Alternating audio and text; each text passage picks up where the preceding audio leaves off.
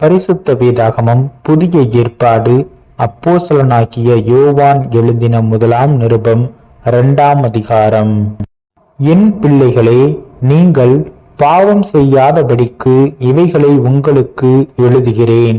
ஒருவன் பாவம் செய்வானானால் நீதிபரராய் இருக்கிற இயேசு கிறிஸ்து நமக்காக பிதாவினிடத்தில் பரிந்து பேசுகிறவராய் இருக்கிறார்.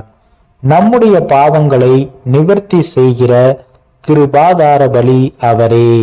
நம்முடைய பாவங்களை மாத்திரமல்ல, சர்வலோகத்தின் பாவங்களையும் நிவர்த்தி செய்கிற பலியாயிருக்கிறார். அவருடைய கற்பனைகளை நாம் கை கொள்ளுகிறவர்களானால் அவரை அறிந்திருக்கிறோம் என்பதை அதனால் அறிவோம். அவரை அறிந்திருக்கிறேன் என்று சொல்லியும் அவருடைய கற்பனைகளை கை கொள்ளாதவன் பொய்யனாயிருக்கிறான், அவனுக்குள் சத்தியம் இல்லை. அவருடைய வசனத்தை கை கொள்ளுகிறவனிடத்தில் தேவ அன்பு மெய்யாக பூரணப்பட்டிருக்கும். நாம் அவருக்குள் இருக்கிறோம் என்பதை அதனாலே அறிந்திருக்கிறோம். அவருக்குள் நிலைத்திருக்கிறேன் என்று சொல்லுகிறவன் அவர் நடந்தபடியே தானும் நடக்க வேண்டும். சகோதரரே, நான் உங்களுக்கு புதிய கற்பனையை அல்ல, ஆதி முதல் நீங்கள் பெற்று இருக்கிற பழைய கற்பனையையே எழுதுகிறேன். அந்த பழைய கற்பனை நீங்கள் ஆதி முதல் கேட்டிருக்கிற வசனம்தானே. மேலும் நான் புதிய கற்பனையையும் உங்களுக்கு எழுதுகிறேன். இது அவருக்குள்ளும் உங்களுக்குள்ளும் மெய்யாய் இருக்கிறது. ஏனென்றால் இருள் நீங்கி போகிறது, மெய்யான ஒளி இப்பொழுது பிரகாசிக்கிறது. ஒளியிலே இருக்கிறேன் என்று சொல்லியும் தன் சகோதரனை பகைக்கிறவன் இதுவரைக்கும் இருளிலே இருக்கிறான். தன் சகோதரனிடத்தில் அன்பு கூறுகிறவன் ஒளியிலே நிலை கொண்டிருக்கிறான், அவனிடத்தில் இடரல் ஒன்றுமில்லை. தன் சகோதரனை பகைக்கிறவன் இருளிலே இருந்து இருளிலே நடக்கிறான். இருளானது அவன் கண்களை குருடாக்கினபடியால் தான் போகும் இடம் இன்னதென்று அறியாதிருக்கிறான். பிள்ளைகளே, அவருடைய நாமத்தின் நிமித்தம் உங்கள் பாவங்கள் மன்னிக்கப்பட்டிருக்கிறதினால் உங்களுக்கு எழுதுகிறேன். பிதாக்களே, ஆதி முதல் இருக்கிறவரை நீங்கள் அறிந்திருக்கிறதினால் உங்களுக்கு எழுதுகிறேன். வாலிபரே, பொல்லாங்கனை நீங்கள் ஜெயித்ததினால் உங்களுக்கு எழுதுகிறேன். பிள்ளைகளே, நீங்கள் பிதாவை அறிந்திருக்கிறதினால் உங்களுக்கு எழுதுகிறேன்.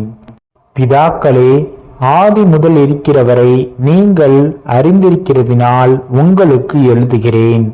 வாலிபரே, நீங்கள் பலவான்களாய் இருக்கிறதினாலும் தேவ வசனம் உங்களில் நிலைத்திருக்கிறதினாலும் நீங்கள் பொல்லாங்கனை ஜெயித்ததினாலும் உங்களுக்கு எழுதுகிறேன்.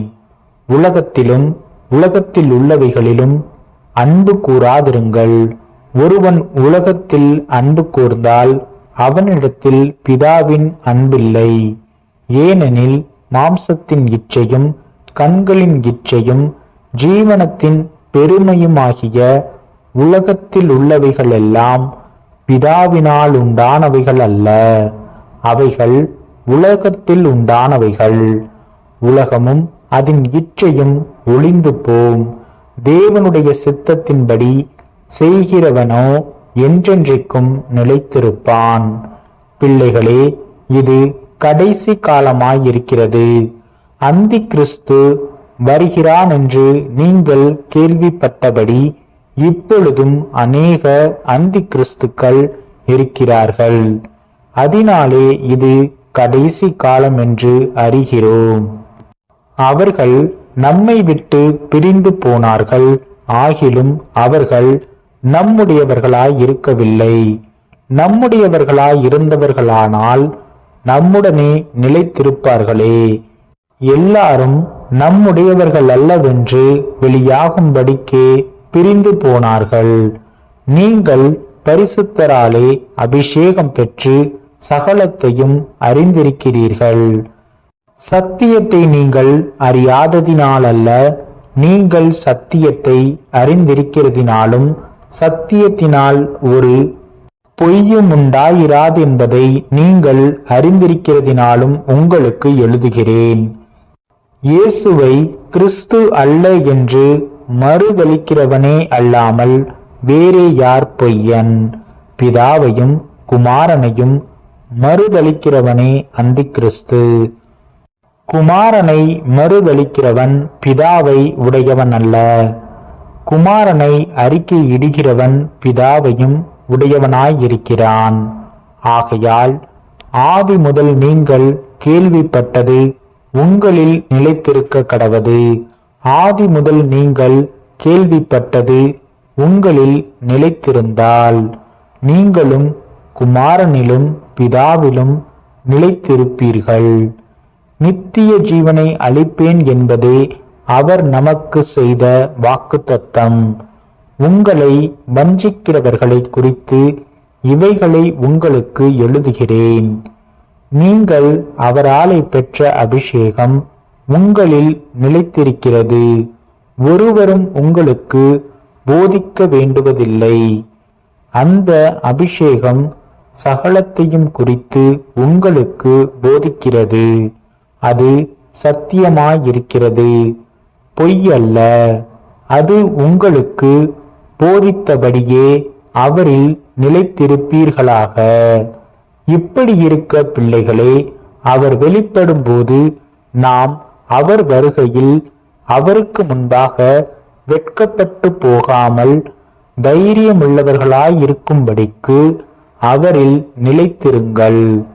அவர் நீதியுள்ளவராயிருக்கிறார் என்று உங்களுக்கு தெரிந்திருப்பதினால் நீதியை செய்கிறவனெவனும் அவரில் பிறந்தவனென்று அறிந்திருக்கிறீர்கள்.